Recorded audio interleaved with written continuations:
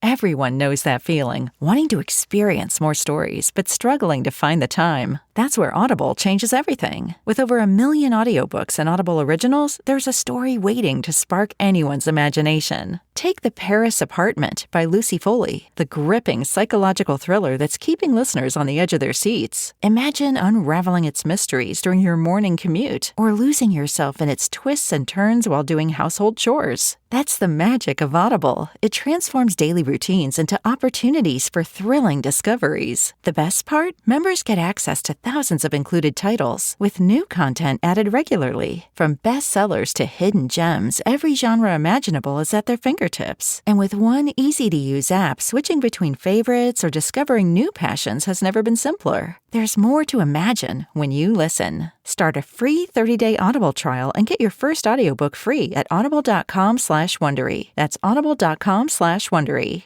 Now it's time for Inspirational Women, and my guest, Amy Wooten, a program director with Cancer Pathways in Seattle. It happens to be an ideal position for Amy, who has experienced her own cancer diagnosis, that with breast cancer, and thus brings very tangible experience to this work and empathy with the people she interacts with. Amy joins us now to share some insights. Amy Wooten, good morning. Thank you so greatly for being with us today. Thank you so much, Kate. I'm happy to be here. Well, that happy for me is happy, like not only for this morning's conversation that we can talk about you and your journey, but happy that you have conquered breast cancer. Oh, thank you. Thank you. It's kind of surreal to be able to say that, actually.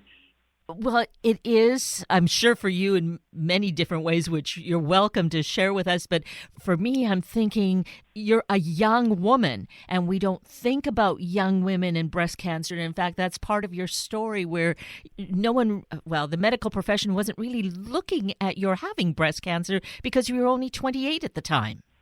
Yeah, so I was diagnosed with breast cancer at the age of 28, and I was diagnosed at stage 3, and it completely flipped my world upside down. But what was honestly the most shocking was you're 100% right. More often than not, we associate breast cancer with being the older woman's cancer. And so it was really hard for me to wrap my head around that at first. And even more so, since it's so uncommon for young women under the age of 40, even under the age of 45, to be diagnosed with breast cancer without a family history. My medical team at first really didn't believe that I had breast cancer until we got the appropriate scans. So I have a little advantage here because I looked at your website. Well, let's mention your website because I think others may find it really beneficial in many different ways in terms of their own life and journey. Yeah, I'm more than happy to share it. So it's Amy, AMYBeatsCancer.com. And it was a place that was actually created by my support community, my family at first. And then I took it over because it was very therapeutic to be able to update my support community.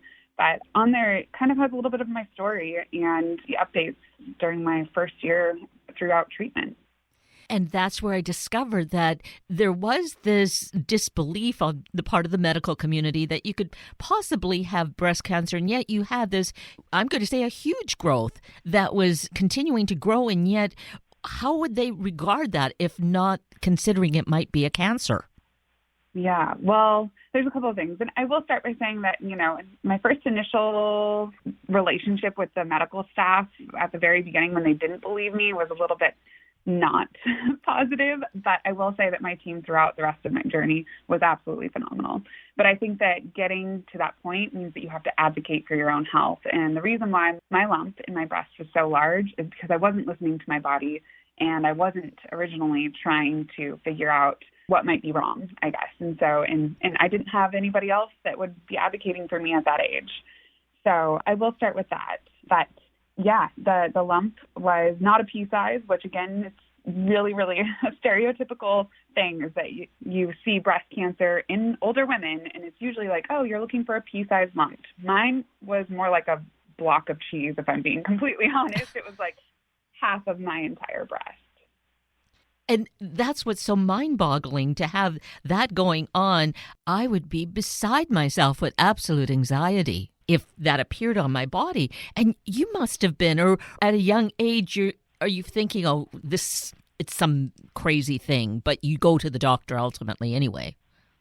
Oh, yeah. Well, and when I was diagnosed, it was still in the middle of very much the pandemic, and, going into the hospital or going to get yourself checked out, you were taking a bed from somebody who really needed it, or it was you would be surrounded by sick people, which was not the case whatsoever. So there was all of those things going through my mind as well of like, oh, whatever is happening to me isn't that pressing. The other thing to note is that my cancer was super aggressive and quick, that it was very likely that I didn't have my cancer for very long.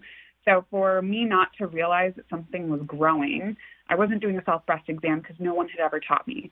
I wasn't noticing those things because part of my background is I was a college athlete, and you just push through.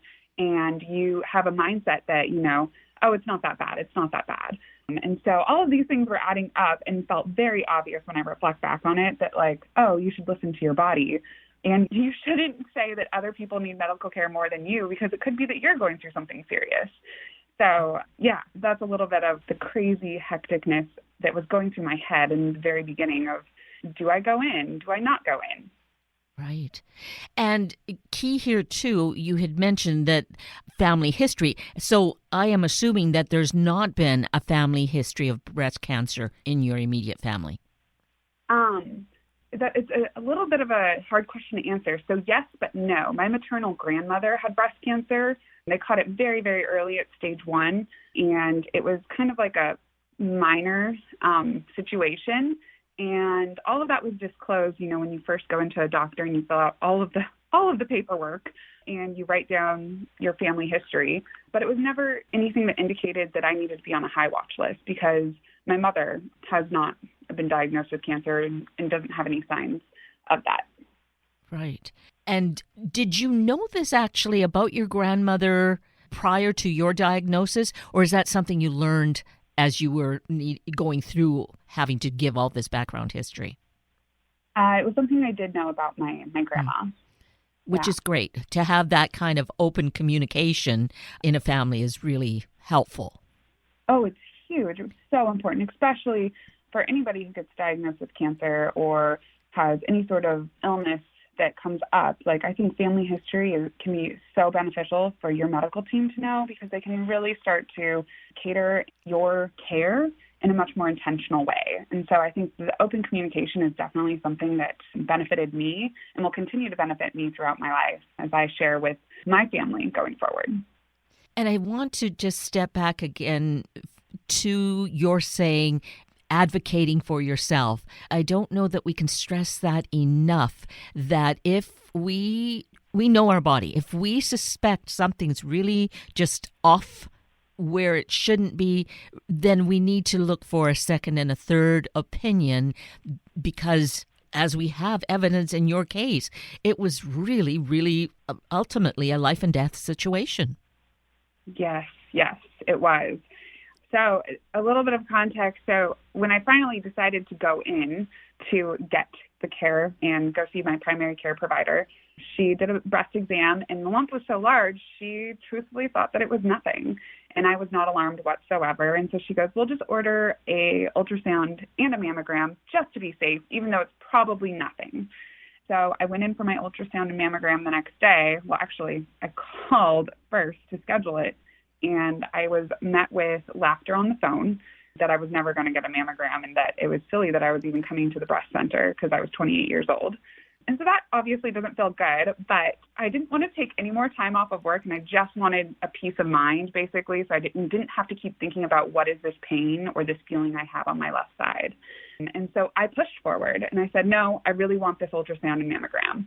And they're like, okay, well, you're not going to get a mammogram.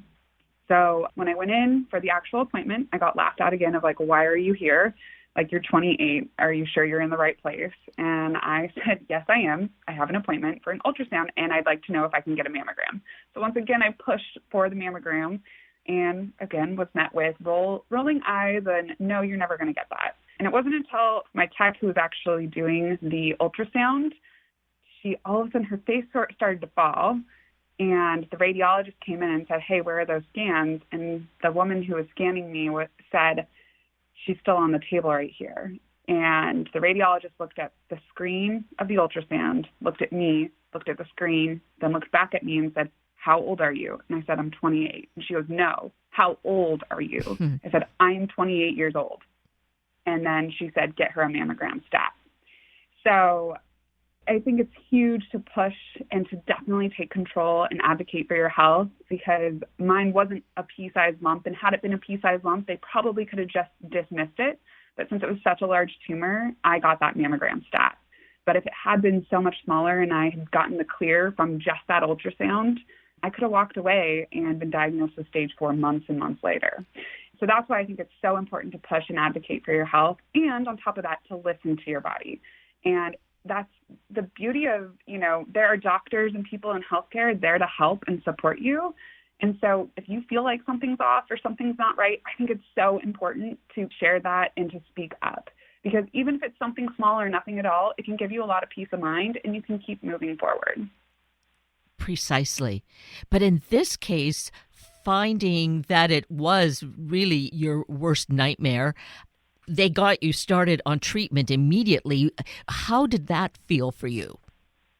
Overwhelming. Mm-hmm. I think that the first week or two of the immediate diagnosis, because an ultrasound and a mammogram can't definitively say that you have cancer. You have to get a biopsy. And so the biopsy can take anywhere between 5 to 7 business days. And so that was probably the hardest part for both me and my family of just waiting, because there was like a 95% chance it was breast cancer. But, there's still that 5% chance of hope. And so you just feel numb and you're going through the motions and you're not really sure how to feel. And that's where my support system really showed up for the first time and continued to show up throughout the rest of my treatment. But it is very overwhelming. And the support system, let's just take a little detour there, although it's a major thing. But to talk about having a support system, how crucial is that in the journey? I think it's almost in some ways as important as your treatment. I don't believe that you can go through something so aggressive in terms of treatment without people in a community around to keep you sane and remind you of who you are. And even on the bad days, just be there for you, whether it's in person or dropping something off. I think that your support system in your community, it can really transform the way that you aggressively treat your cancer. And so we'll refer back to your website. I think it really is so educational, along with being informative, seeing what that team looked like. Not that everyone replicates that, but getting a sense of what it can look like, what you can do. And now you're telling us how critical it is in terms of the health journey.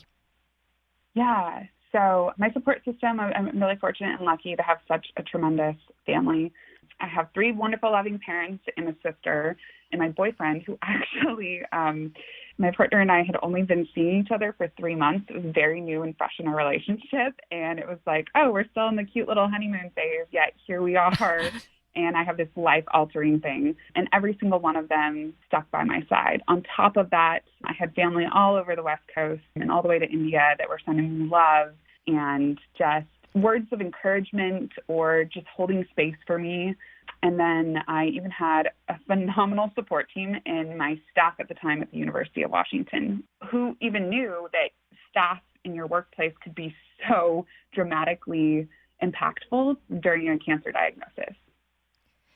Absolutely. Along with that, you're mentioning working for the university. So you did have good healthcare coverage. So that was not a stress you had to be concerned with as to how was this going to be covered. Yes. And that was another really lucky thing. Just being able to tap into the healthcare that I had was just phenomenal. So the journey, it did include surgery, didn't it? Yes. So my treatment, I did it all. I had started with chemotherapy, did 6 rounds of chemo, then I had a mastectomy, and then I went straight into radiation. And I actually had a slight revision, so I had 2 surgeries because my first surgery wasn't healing properly. So I kind of did it all, and then hormone therapy to continue to stay cancer-free for the next 10 years.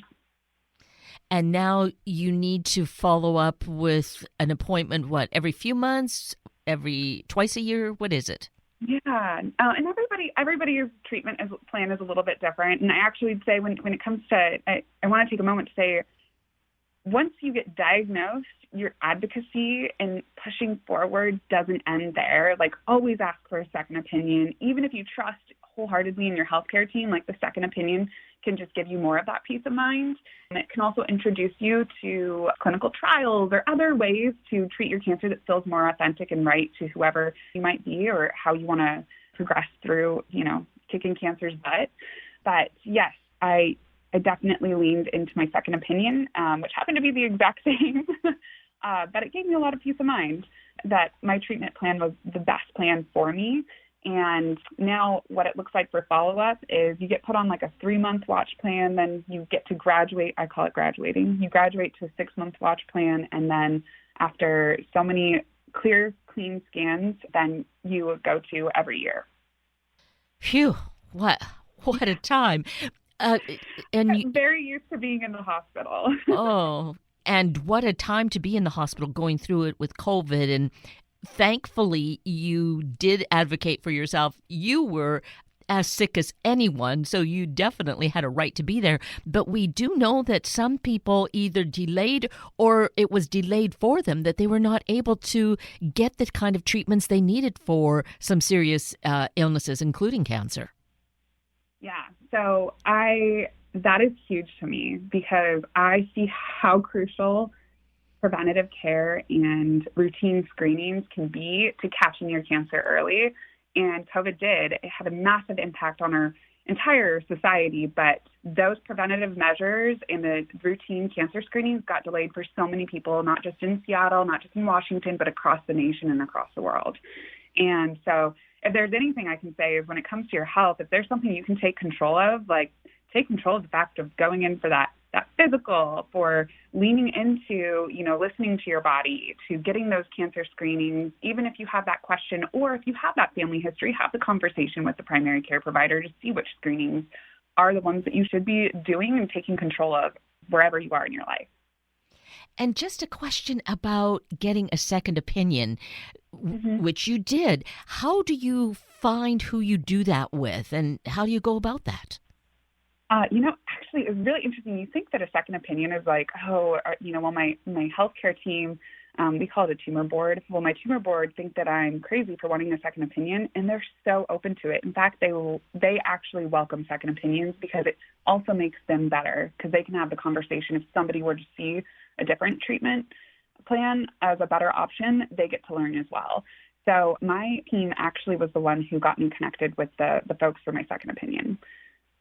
Good to know. It's really valuable to us to have a sense of this rather than having to go into this essentially blindly and wondering, oh my gosh, what am I supposed to do? But to know that there's just this help and guidance along the way. The other area that was really interesting is you start to learn how many people are impacted by cancer, because when it comes time to ask for that second opinion, I had a lot of people in my community who said, hey, here's where I had my treatment. Here's who my doctors were.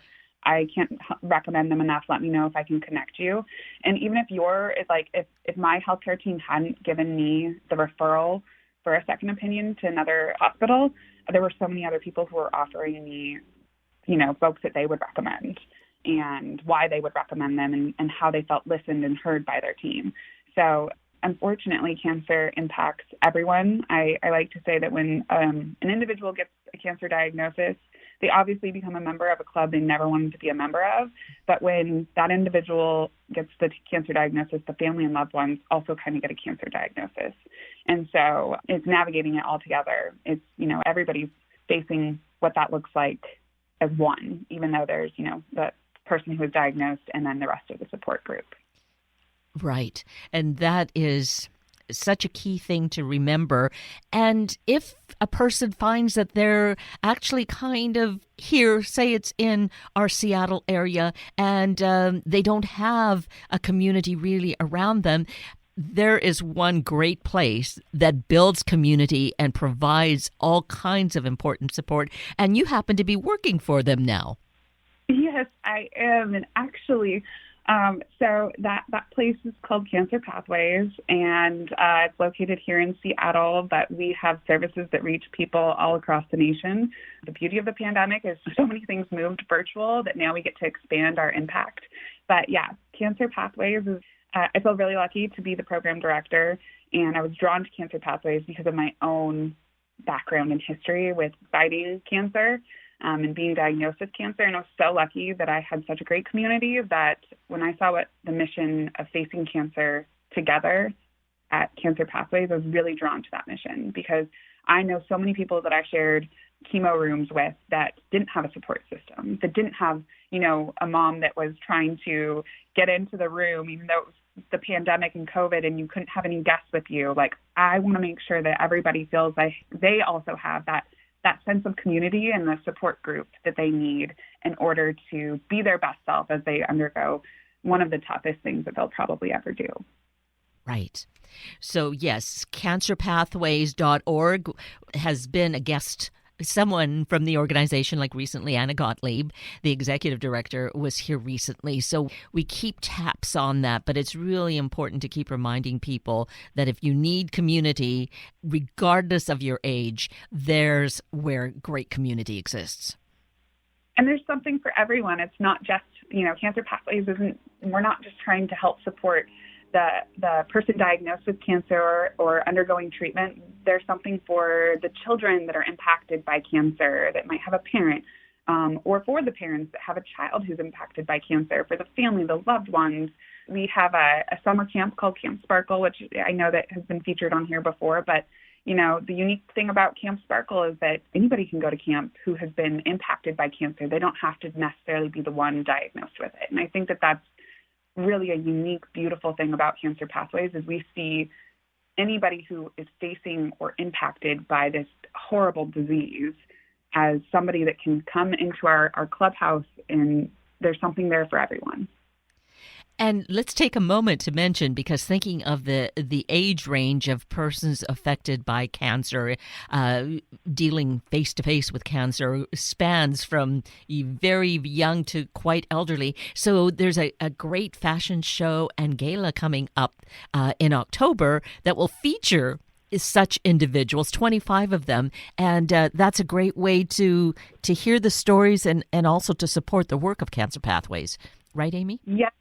Yes, the gala is, so I have yet to see the gala in action, but I cannot tell you how much energy and enthusiasm is centered around this phenomenal event. So what it is, yes, the 25 individuals who have been impacted by cancer, they actually get to, they're, normal people like us, and they get to walk the runway as a model in front of loved ones and family members. And it's a beautiful experience. I got to see one of our rehearsals, and just to see folks who just came from chemo or a couple days out from surgery, and they get to walk in this confident manner and really own who they are in their body, because chemo and cancer, it can really change, the way you see yourself in the mirror. And the gala is our opportunity to really celebrate those individuals and the beautiful humans they are inside and out. Yes, so definitely check the cancerpathways.org website. You can purchase tickets there and definitely be there to see this wonderful event unfold. Yes. So yes. Back to you and how you went through that journey, mentioning chemo and radiation. I imagine there were some pretty down days. There were, but, I think that you literally take it some days like one step at a time when you're trying to get your exercise. Just putting one foot in front of the other is sometimes the best way to get outside and moving forward. I would say that one of the hardest and weirdest experiences for me was like, yes, I was going to lose my hair, but I didn't realize how much that was going to impact me. Like, I was like, okay, hair, whatever, I throw it up in a ponytail. Like, I still miss putting my hair up in a ponytail. Like, I cannot wait for that day when it gets long enough for me to put it back up. But it's really interesting because on your hardest days, there's a lot of self-reflection on, what brings me joy in this very moment, what things can I control, and how, I think also setting goals and something to look forward to is also really huge. So would you be saying that be gentle with yourself and take it moment by moment, literally that step by step, but also dream and think about the things that you will be doing? Yes, absolutely. I think during my own treatment, it's not uncommon for cancer patients to have delays in their treatment, but that can feel really grueling when you're just so badly want it to be over and you get delayed, which means that you're stuck in this suck, is what I like to call it. You're stuck in the suck a little bit longer. And so my family, my support team always tried to find things to, help me look forward to. I got to plan a surprise engagement party for one of my best friends. And whether or not I was able to attend, it was something that was extremely exciting for me to look forward to. I had my work family, they planned a run walk at the university in honor and support of breast cancer awareness, so that I got to also partake in and come be a part of. And so little things like that were really impactful that helped me basically be distracted by the fact that I was still, in the suck of treatment. Right. Because there were some delays. Well, one of them would have been the fact that you had to have a second surgery. Yes, that one was a really frustrating one because it was like my radiation had to be delayed because you have to be completely healed in order to start radiation, which makes complete sense. But it just wasn't, it was like, okay, we'll wait a little bit longer to see if it continues to heal on its own, continues to heal. And it just kept being like, I probably was in the hospital once a week getting checked out to see if I could be ready for radiation. And that one was just a really tedious delay. Mm. But now, here you are. How long past is it now, Amy? So I celebrated my 1 year from being cancer-free on September 15th. So I'm 1 year cancer-free, but not entirely a year out of treatment. So I concluded treatment back in January of 2022. So it was after my mastectomy that I was deemed cancer-free. There was no signs of active cancer in my body. Radiation is what we like to call like the cleanup crew after a party. So just making sure that all of the garbage got taken care of. Oh, that's a good term, the garbage. Yes. And so the surgery did capture all the cancer cells, and that was just all then thrown in the trash. Yeah, well, my body responded really well to my chemotherapy. So by the time I went in for my surgery, there wasn't any cancer showing up on the scans, and then I had clean margins from my surgery that allowed me to be deemed cancer-free. But you still had the surgery. And why was that?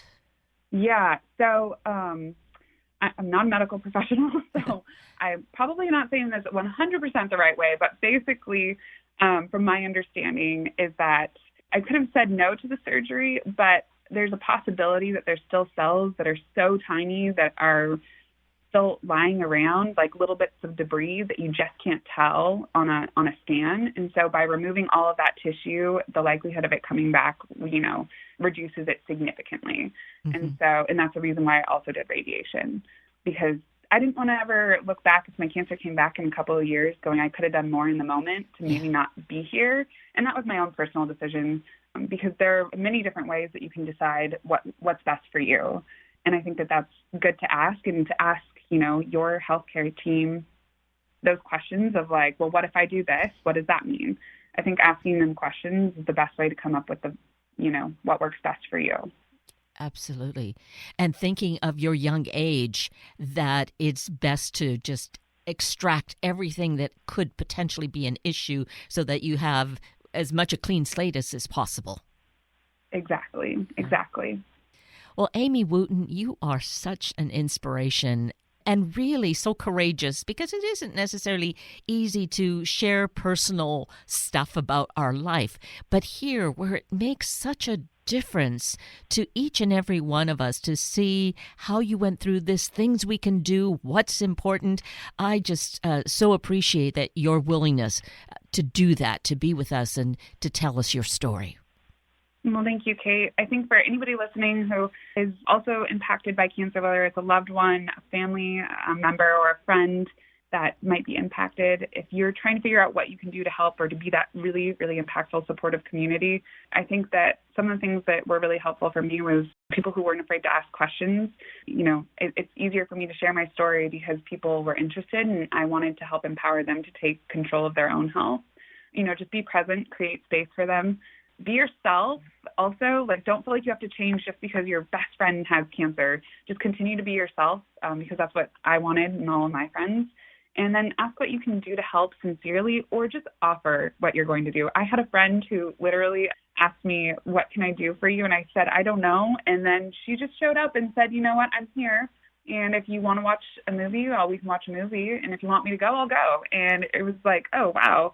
Because you don't feel or look your best when you're going through treatment or even after a diagnosis. And just friends who showed up, that was really powerful. And I enjoy sharing my story because, again, I just want people to know that, one, they're never alone when they're, impacted by cancer. There's a lot of people out there, and I hope that it empowers somebody to advocate for their health, to go get that cancer screening, and to lean into the community of support that they have around them. Well, you have stated it so beautifully and so personally. Thank you, Amy Wooten, for doing so and for taking time with us today. Thank you, Kate. And that brings us to the end of a very full hour of Inspirational Women with Amy Wooten and Sunday Morning Magazine with Anna Gottlieb and Darlene Gray.